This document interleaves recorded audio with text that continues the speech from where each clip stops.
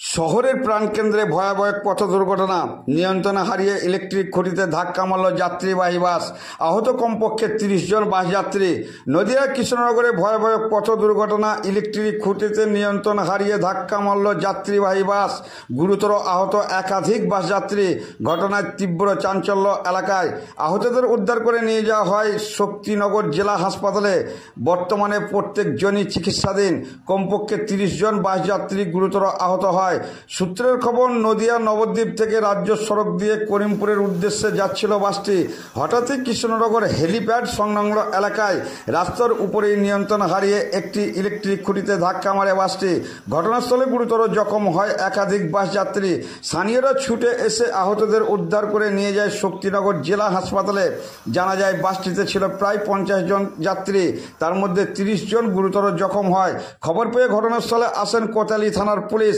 এরপর ক্ষয়ক্ষতি বাসটিকে উদ্ধার কাজে হাত লাগায়। সোমবার কৃষ্ণনগর শহর প্রাণকেন্দ্রে ভয়াবহ বাস দুর্ঘটনায় চাঞ্চল্য ছড়ালো এলাকায়।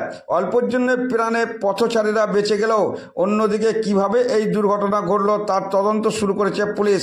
এখনো পর্যন্ত এই ঘটনার মৃত্যুর কোনো খবর নেই, তবে একাধিক যাত্রী আহত বলেই জানা গেছে। ঘটেছে বাসে করে আসছিলাম, যে বাসটা বাম্পারে কি পাতি ভেঙে গেল, পাতি ভেঙে গিয়ে একেবারে অ্যাক্সিডেন্ট করলো। মানে কিসে গিয়ে অ্যাক্সিডেন্ট করলো? অ্যাক্সিডেন্ট করলে একটা লাইটের পোস্টে ধাক্কা মারলো, দিয়ে উল্টে গেল। বাস উল্টে গেছে? একদম উল্টে গেছে। আপনারা কোথা থেকে কোথায় যাচ্ছিলেন? আমরা নবদ্বীপ থেকে আমরা করিমপুর যাচ্ছিলাম, করিমপুরে মেয়ের বাড়ি যাচ্ছিলাম। এই ঘটনাটা হলো। দিয়ে কোথায় হয়েছে এটা? এটা হয়েছে আপনার হেলিপ্যাডের ওখানে? হেলিপ্যাডে। ওই বাসে কতজন ছিল? তা 40-50 জন ছিল। কতজন আহত হয়েছে? অত বলতে পারবো না, তাও মোটামুটি আহত তা 30-40 জন হয়েছে। মারা গেছে কেউ? আমাদের তো আমরা চলে এসেছি, তারপরে আবার আপনাদের কারা নিয়ে আসলো?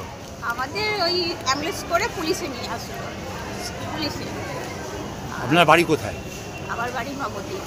আর যাচ্ছিলেন কোথায়? করিমপুর, মেয়ের বাড়ি করিমপুর। আপনার নাম কি? আমার নাম বীণা মণ্ডল।